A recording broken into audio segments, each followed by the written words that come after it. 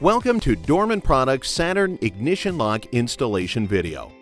Before you begin, this installation is considered to be an easy difficulty repair by our technicians.